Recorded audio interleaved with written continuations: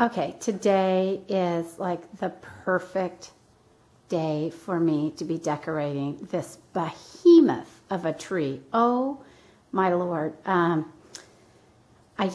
try to do something different every year, and this is the first year I've ever done I believe it's called a blue spruce, and I know a lot of people use these trees. I'm super excited because there's so much space in between each of the branches that all of my giant ornaments I think are going to look totally exquisite in here.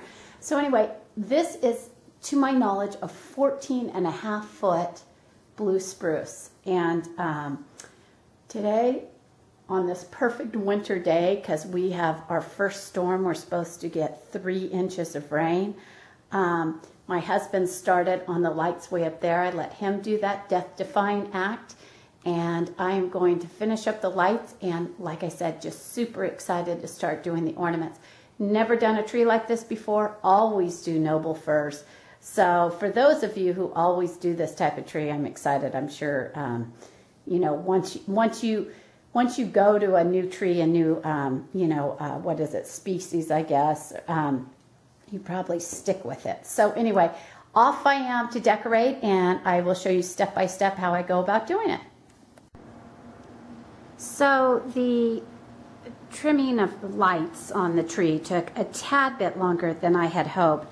But you know what? I noticed that with all those branches, it's just hard.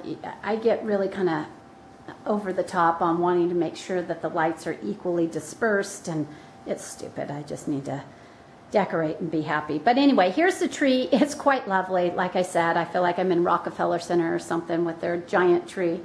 And now I've got this great new, I just picked this up this year, this great new, it's like a netting almost, and I'm going to put that through the tree. It'll catch the light nicely, I think, which will help hide the cords that are kind of draping through, which is unavoidable.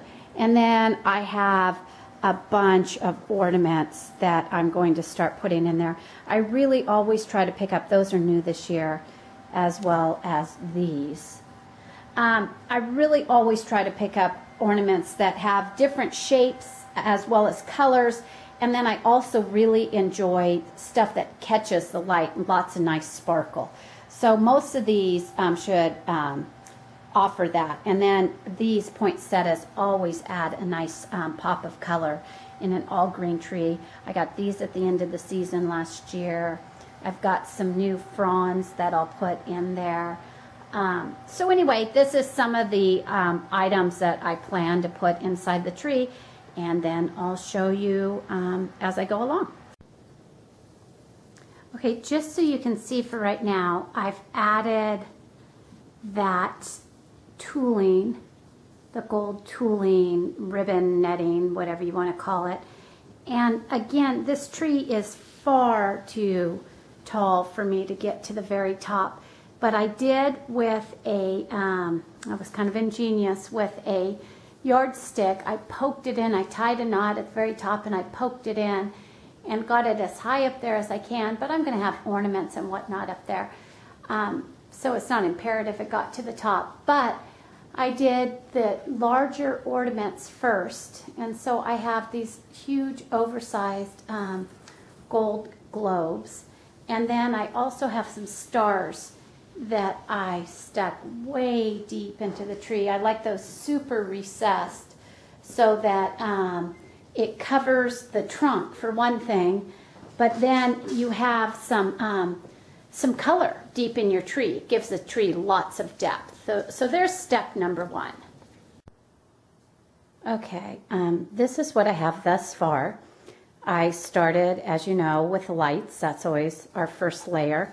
And it was a little more challenging to do the lights on this tree just because of its height, as well as because of the space in between the branches. I found that you could see the cord of lights a lot easier, and that made it a little bit more daunting. But as I continue to place ornaments, it gets more and more hidden. So I went ahead and embedded the tooling deep into the tree. And so now you don't see it too much. It's just supposed to be a hint of color in there. And again, as I moved my way up the tree, it got much more challenging. My husband, death-defying, look at how high up there that is. He put those ornaments up there for me last night. I opted out of a tree topper. You were just going to end up looking at the angel's skirt. So I thought, you know what? I don't want to do that this year. And now what I need to do is begin doing the inserts. I've started placing a few of the poinsettias. And this gives a little more depth and a little more color. You can see how I place the ornaments really recessed. And then what I tried to do is, like for this ornament here, for example, I pulled down the light so that it catches the glow. See how that twinkles more? And I'll pull down a light from the tree and make sure that it's pointed at the ornament. And that helps out a lot. So you might want to do those types of things too. You can see I left this hanging, free hanging, so that it could really catch the light on all sides. So anyway, that's where I'm at thus far. It's coming along.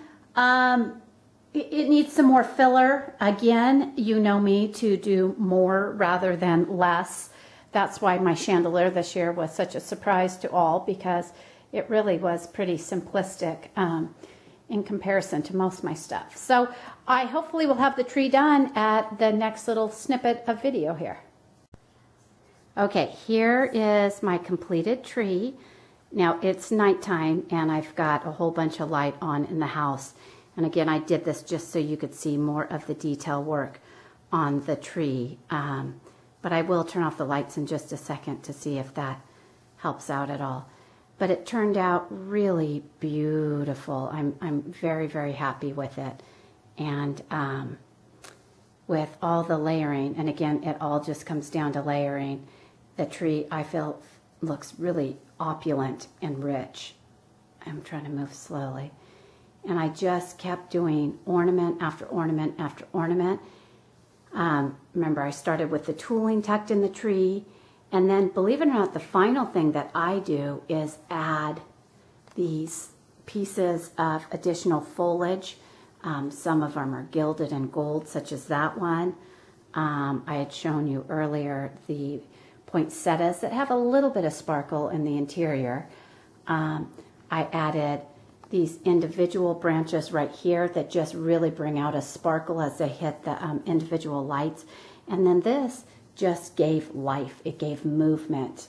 You can see it's not very pretty on its own, quite frankly, but in the whole scheme of the tree, it looks lovely. So I'll come back a little bit here, and you can just see it just twinkles magnificently. So hopefully this was helpful for those of you who are getting ready to decorate this weekend your tree. Remember, layer. Cut the base of your tree first to make sure it drinks. That's tantamount to almost anything if you do live. Second of all, once you know it's drinking, because if you get this all decorated and then it's not drinking, you can't return the tree. You won't want to, at least. So give it a day to make sure it drinks. And then from there, if you have any type of fabric that you can insert deep into the tree, I would do that. And then from there, I would do all your ornaments. Start with the large ones, recess deep into the tree, and then work your way out on the branches, move outward, and then attempt to pull down different lights to highlight the ornaments, because that's what gives it that sparkle and that twinkle, is by pulling those lights down. And then finally add additional sprigs that give more depth to your tree. You definitely want those sprigs to give you some depth. Thank you again for watching Designs by Michelle. I so appreciate all of the people who continue to tune in. My subscribers, you have been wonderful. I hope you have a very happy holiday, and Merry Christmas to you all. Thank you.